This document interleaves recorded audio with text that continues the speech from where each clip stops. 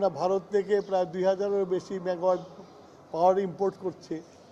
তারপরে আশা করতেছি যে নভেম্বর মাস থেকে আমরা নিউক্লিয়ার পাওয়ারটা চালু হয়ে যাবে। তো প্রত্যেকটা জেনারেশনের নিজেদের একটা ক্যারেক্টার আছে। ইন্ডিয়া থেকে যেটা আসতেছে, ইন্ডিয়ারও একটা নিজস্ব ক্যারেক্টার আছে। এগুলোকে যখন এক করে সমন্বয় করে এক জায়গায় নিয়ে এসে যখন এটাকে সব পাওয়ারকে একত্রিত করা হবে, তার জন্য একটা সিস্টেম তৈরি করতে হয়। সিনক্রোনাইজেশন বলে আর কি যেটাকে। সেই সিনক্রোনাইজেশনটা করার জন্য আমাদের পিজিসিবি কতখানি রেডি, আমার ডিস্ট্রিবিউশন কতখানি রেডি, এইটা নিয়ে পর্যালোচনা করলাম। কেননা যদি নভেম্বর মাসে আসে তাহলে কিন্তু সময় হাতে নাই এবং এগুলো করতে অনেক টাইম লাগে। তো সেই জন্য আমি এখন থেকে এটার উপর কাজ করা শুরু করেছি।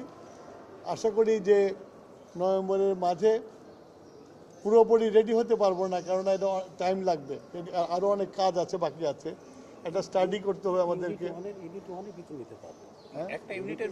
হ্যাঁ, তো এটা অনেক কাজ আছে। আমাকে ডিস্ট্রিবিউশনের সিস্টেমটাও চেক করতে হবে, করে একটা ফিজিবিলিটি তৈরি করতে হবে। তবে যাতে একটা ইউনিট যেটা আসবে এবং আসেই তো তারা কি বলে পুরা ইতে যেতে পারবে না, ক্যাপাসিটি যেতে পারবে না, 300-350 মেগাওয়াট দিবে। সেটার জন্য মোটামুটিভাবে পিজিসিবি কাজ করছে এবং নভেম্বরের মধ্যে রেডি হয়ে যাবে। ফুয়েল লোডিং শুরু হয়েছে। রাশানরা বলেছে যে অগাস্ট মাস থেকে দিতে পারবে। সেই বেসিসেই আমাদের সায়েন্স অ্যান্ড টেকনোলজি মিনিস্ট্রি বলেছে।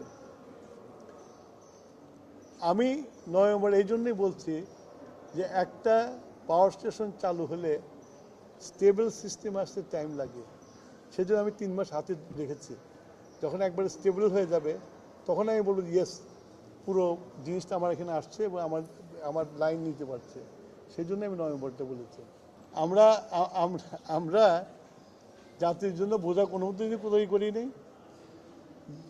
নিজেদের পকেট ভারিজ করার রাজনীতি আমরা কোনোদিনও করি নাই। যেটা আমরা বলেছি সেটা হলো রিনিউয়েবলের কথা বলেছি।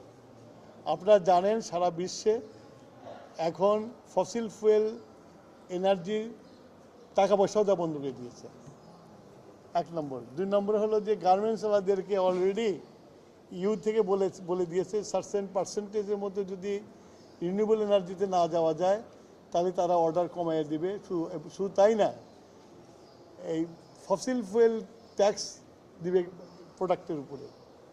সেইটাকে মাথায় রেখে আমরা আমাদের নির্বাচনী ম্যানিফেস্টোতে বলেছি 10,000 মেগাওয়াট আনবো আমরা 5 বছরে।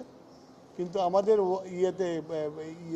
সরকারি প্রোগ্রাম মতো আমরা সরকার থেকে ঘোষণা করেছি যে আগামী 30 সালের মধ্যে 5,000 মেগাওয়াট রিনিউয়েবল এনার্জি আনবো আমরা।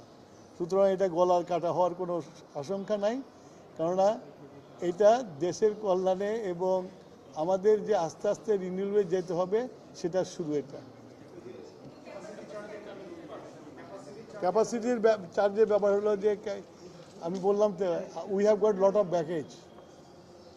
এই 18 বছরের নির্বাচনবিহীন সরকার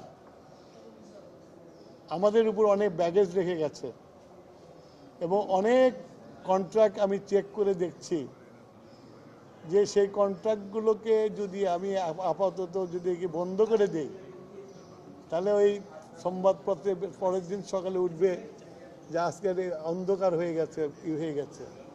সুতরাং এগুলোকে আমাদেরকে বিবেচনা করে এগুলোর উপরে অবস্থা নিতে হবে।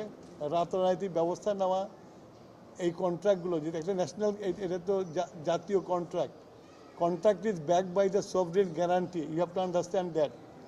সরকার চাইলেই, নতুন সরকার চাইলেই স্ক্র্যাপ করে দিতে পারে না। সুতরাং আমরা এগুলোর উপরে কাজ করছি।